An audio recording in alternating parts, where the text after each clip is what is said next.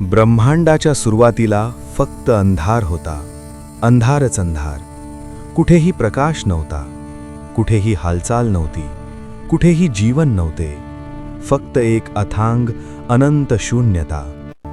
पण या शून्यातूनच उदयाला आले एक तेज, अब्जावधी सूर्यांच्या प्रकाशापेक्षाही 1000 पटीने अधिक तेजस्वी असं ते तेज.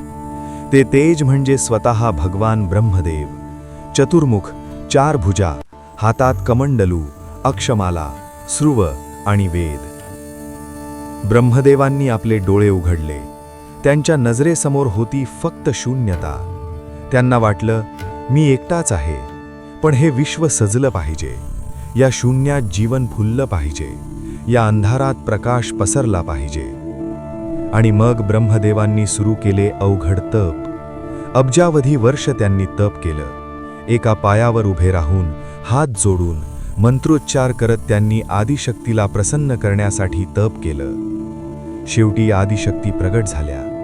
त्या म्हणाल्या, ब्रह्मदेवा, तुझ्या तपाने मी प्रसन्न झाले. माग, तुला काय हवं ते माग. ब्रह्मदेव म्हणाले, हे आदिशक्ती, मला या विश्वाची निर्मिती करायची आहे. मला या शून्यात जीवन फुलवायचं आहे. मला या अंधारात प्रकाश पसरवायचा आहे. कृपया मला यासाठी शक्ती द्या. आदिशक्ती प्रसन्न झाल्या. त्यांनी ब्रह्मदेवांना सृष्टी निर्मितीचं वरदान दिलं. त्या म्हणाल्या, जा ब्रह्मदेवा, तू सृष्टीची निर्मिती कर. तुझ्या प्रत्येक विचारातून नवसृजन होईल. तुझ्या प्रत्येक श्वासातून नवी सृष्टी फुलेल. आणि मग सुरू झाला सृष्टी निर्मितीचा अद्भुत प्रवास. ब्रह्मदेवांनी सर्वप्रथम निर्माण केलं आकाश, मग पृथ्वी, मग वायू, मग अग्नी, मग जल. पंचमहाभूतांची निर्मिती झाली. ब्रह्मदेवांनी आपल्या मनातून निर्माण केले मरीची, अत्री, अंगिरा, पुलस्त्य, पुलह, क्रतू, वशिष्ठ, भृगु, दक्ष, नारद या 10 प्रजापतींना. या प्रजापतींना सांगितलं, जा, तुम्ही या सृष्टीत जीवसृष्टी निर्माण करा. प्रजापतींनी सुरू केली जीवसृष्टीची निर्मिती. वनस्पती, वृक्ष, वेली, फुलं, फळं, प्राणी, पक्षी, मासे, किडे, मुंग्या अशा असंख्य प्राण्यांची निर्मिती झाली. पण अजूनही काहीतरी कमी होतं. ब्रह्मदेवांना जाणवलं की या सृष्टीत एक अशी व्यवस्था हवी जी सर्वांना नियंत्रित करेल. एक अशी शक्ती हवी जी सर्वांना गती देईल. एक अशी कालगणना हवी जी सर्वांना मार्गदर्शन करेल. तेव्हा ब्रह्मदेवांनी निर्माण केली कालगणना. त्यांनी ठरवले दिवस, रात्र, आठवडे, महिने, वर्ष, युग. त्यांनी ठरवले की सूर्योदयाने दिवस सुरू होईल, सूर्यास्ताने रात्र. चंद्राच्या कलांनी महिने ठरतील, सूर्याच्या भ्रमणाने वर्ष पूर्ण होतील. ब्रह्मदेव म्हणाले, या कालगणनेची सुरुवात एका विशेष दिवसापासून व्हायला हवी. तो दिवस असावा असा की जो सृष्टीच्या निर्मितीचा पहिला दिवस असेल. तो दिवस असावा असा की ज्यापासून नवी सुरुवात होईल. तो दिवस असावा असा की जो सर्वांसाठी शुभ असेल. आणि मग ब्रह्मदेवांनी पाहिलं आकाशाकडे. चैत्र महिना होता. आकाश स्वच्छ होतं. सूर्य आपल्या तेजाने प्रकाशित होता. चंद्र आपल्या शीतलतेने शांत करत होता. नक्षत्र आपल्या स्थितीत होती. सगळं काही अद्भुत होतं. ब्रह्मदेव म्हणाले, हाच तो दिवस, चैत्र शुद्ध प्रतिपदा. आजपासून सुरू होईल नव सृष्टीचक्र. आजपासून सुरू होईल नव सृष्टीचक्र. आजपासून सुरू होईल सत्ययुग. ब्रह्मपुराणात सांगितलंय की भगवान ब्रह्मदेवाने चैत्र शुद्ध प्रतिपदेच्या दिवशीच या विश्वाची निर्मिती केली होती. याच दिवसापासून सत्ययुगाला सुरुवात झाली असे मानले जाते. त्यामुळे हा दिवस सृष्टीचा पहिला दिवस किंवा सृष्टीचा वाढदिवस म्हणून मोठ्या उत्साहात साजरा केला जातो.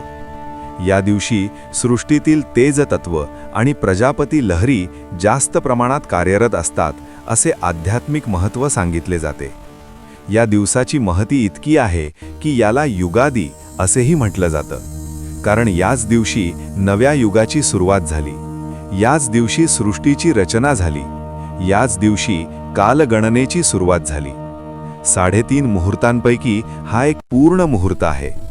या दिवशी नवीन कामांना सुरुवात करणे आध्यात्मिकरित्या शुभ मानले जाते.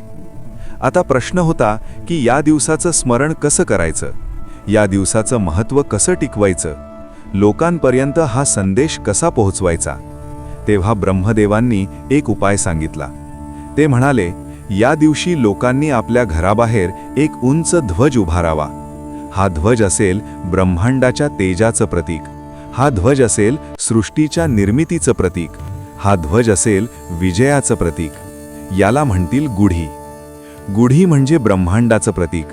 उंच बांबूची काठी म्हणजे ब्रह्मदेवांचा दंड, वरचं तांब्य म्हणजे ब्रह्मांडाचा कलश, रेशमी वस्त्र म्हणजे सृष्टीचं आवरण, आंब्याची पानं म्हणजे जीवनाची समृद्धी, कडुलिंबाची पानं म्हणजे आरोग्य, साखरेची माळ म्हणजे गोडवा, फुलांचा हार म्हणजे सौंदर्य.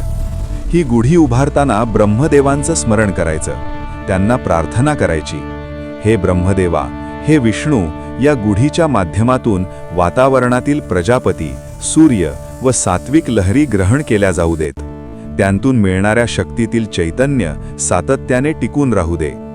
सूर्योदयाच्या वेळी ही गुढी उभारावी, कारण सूर्योदयाच्या वेळी प्रक्षेपित होणारे चैतन्य खूप वेळ टिकणारे असते. ते जीवाच्या पेशींत साठवून ठेवले जाते व आवश्यकतेनुसार त्या जीवाकडून ते वापरले जाते. गुढी उभारताना एक गोष्ट लक्षात ठेवा. गुढी आपल्या देहातील सुषुम्ना नाडीचे प्रतिनिधित्व करते. ती जमिनीवर उंबरठ्यालगत परंतु थोडीशी झुकलेल्या स्थितीत उभी करावी. उजवी बाजू म्हणजे जीवाची कार्यरत स्थिती. या दिवशी कडुलिंब आणि गूळ खाण्याची प्रथा आहे. शतायुर्वज्ज देहाय सर्व संपत्करायच सर्वारिष्ट विनाशाय निंबकदळ भक्षणम असे म्हणून कडुलिंब खावं. येणाऱ्या वर्षामध्ये आपल्याला येणारी सुखदुःखे आनंदाने अनुभवण्याची योग्यता कडुलिंब गुळाच्या सेवनाने साध्य होते. गोड कडू म्हणजे सुखदुःख वर्षभर येतातच, तेव्हा ते भोगता येणे हाच कडुलिंब गूळ सेवन करण्यामागचा उद्देश आहे. या दिवशी नवीन पंचांगाचं पूजन करावं. संध्याकाळी पंचांग श्रवण करावं. मुख्यत्वे पाऊस, पीक, पाणी, ग्रहण याविषयी माहिती समजते. पंचांग श्रवणाचे फल असे सांगितले आहे की तिथीच्या श्रवणाने लक्ष्मी लाभते, वाराच्या श्रवणाने आयुष्य वाढते, नक्षत्र श्रवणाने पाप नाश होतो, योग श्रवणाने रोग जातो, कर्ण श्रवणाने चिंतिलेले कार्य साधते. अशा प्रकारे गुढीपाडवा म्हणजे केवळ एक सण नव्हे, तर तो आहे सृष्टी निर्मितीचा सोहळा. तो आहे कालगणनेच्या सुरुवातीचा उत्सव. तो आहे ब्रह्मदेवांच्या तेजाचं प्रतीक. तो आहे नव्या युगाचं आगमन. तो आहे नव्या संवत्सराचं स्वागत. ब्रह्मदेवांनी सृष्टीची निर्मिती केली तो दिवस म्हणजे गुढीपाडवा. ब्रह्मदेवांनी कालगणना सुरू केली तो दिवस म्हणजे गुढीपाडवा. ब्रह्मदेवांनी सत्ययुगाची सुरुवात केली तो दिवस म्हणजे गुढीपाडवा. या दिवशी आपण ब्रह्मदेवांचं स्मरण करतो. या दिवशी आपण सृष्टीच्या निर्मितीचा उत्सव साजरा करतो. या दिवशी आपण नवीन वर्षाचं स्वागत करतो. गुढी उभारा, ब्रह्मदेवांचं स्मरण करा, नवीन वर्षाचं स्वागत करा. आणि हो, या गुढीकडे पाहताना लक्षात ठेवा की ही फक्त गुढी नाही, तर हे आहे ब्रह्मांडाचं प्रतीक. ही आहे ब्रह्मदेवांची कृपा. हा आहे सृष्टी निर्मितीचा सोहळा. गुढीपाडव्याच्या या पावन प्रसंगी ब्रह्मदेवांनी सृष्टीची निर्मिती केली त्या दिवसाच्या या शुभ मुहूर्तावर आपण सर्वांनी एकमेकांना नववर्षाच्या हार्दिक शुभेच्छा द्याव्यात. आपल्या घरात सुख, समृद्धी, शांती आणि आनंद यावा हीच ब्रह्मदेवांना प्रार्थना.